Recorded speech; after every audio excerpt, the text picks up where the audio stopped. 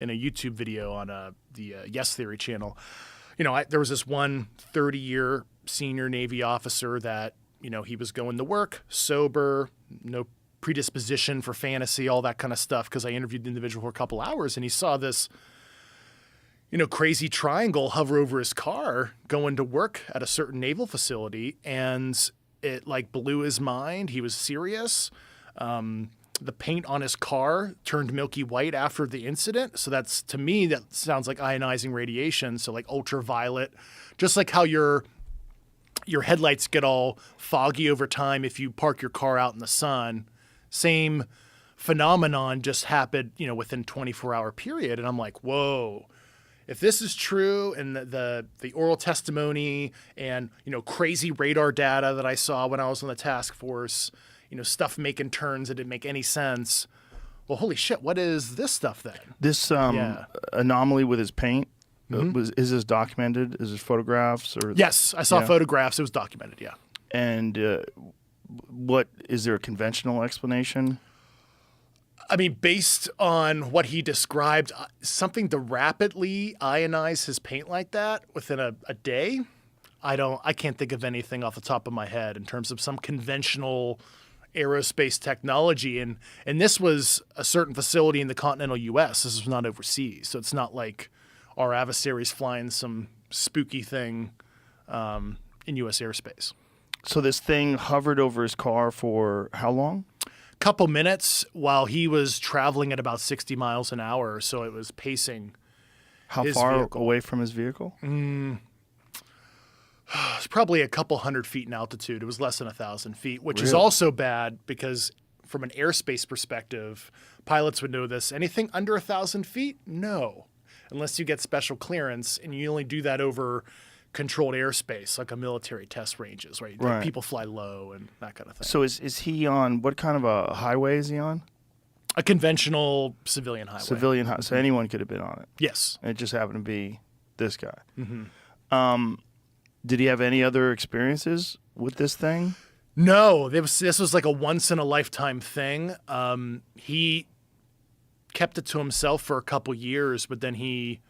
the task force came out. What was his name? I don't what he's okay.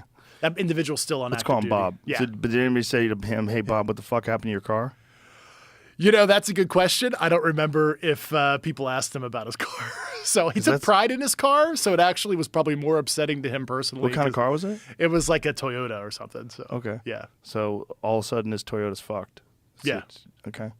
And so did he have to report this? Is this something that... He did not report it, to my knowledge, to anybody. It wasn't until he reported it to us about 5 years later that it happened. So are these kind of experiences something that a lot of these pilots are embarrassed about discussing or have apprehension about discussing because they could be ridiculed? Mm-hmm. Yeah, a lot of people that are on flight status, they don't want to be sent to the psych, right? There's a whole aerospace physiology kind of empire in the military. If you're an operator or, a guy, a missile key turner, you're on what they call a personal reliability program. If you're taking Tylenol, you got to report it. If you have a fever, you got to report it because you're, in control of nuclear weapons when you're on duty. So, right. Yeah. And so this idea of being predisposed to fantasy, that's also something that they sort of talk to these people about or try to get a gauge of. Yeah. These are people that are very sober-minded. I mean, this individual was early in the morning, going to work, not under the influence of anything. And that person had a similar clearance as mine, TSSCI. So, we've gone through what's that? Top secret, Sensitive Department of Information clearance. And, just like myself, I've been through multiple polygraphs in my career. So did this individual. So does he have any idea or any theories about why this thing was following him? No, that's what freaked him out the most because he didn't have any experience in his life like this. It totally blew his mind when he looked out his moonroof and then looked out the side of his car door and saw this 300-foot triangle. It was like pre-dawn sky, but it was darker than the pre-dawn sky, and it had this plasma edges, it was purplish glowing, edges and these 3 lights that had like these omnidirectional, like almost like pool lights. You know how you can't really tell where the light source is, and it was totally trippy. And that's just one example of many anecdotal with some evidence, pilot stories.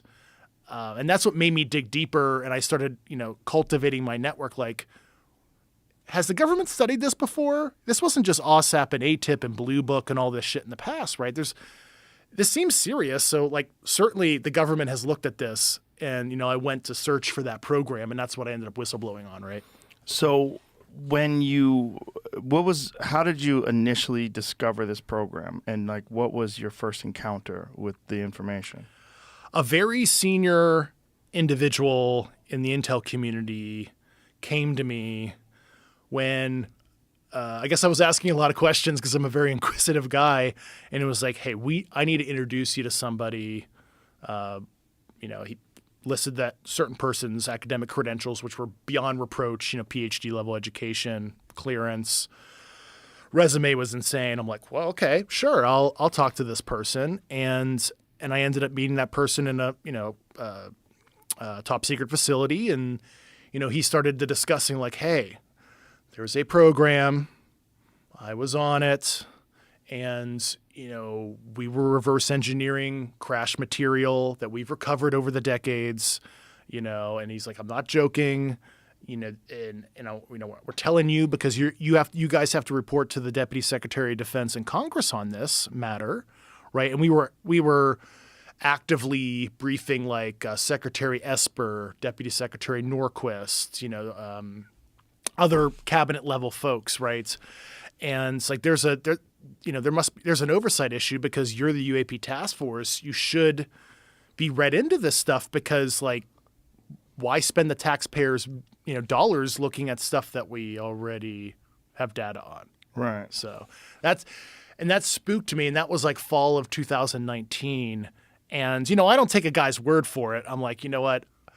Myself and my trusted colleagues that had a lot of special accesses like me, we cultivated our network, and we ultimately interviewed about 40 people or so, all the way up to multi-star generals, directors of agencies, mid-level guys that literally touched it, worked inside of it, all the stuff. They brought intel reports for me to look at, documents, and a lot of that I could verify with other oral sources that my high-level colleagues or I talked to, and it checked out, especially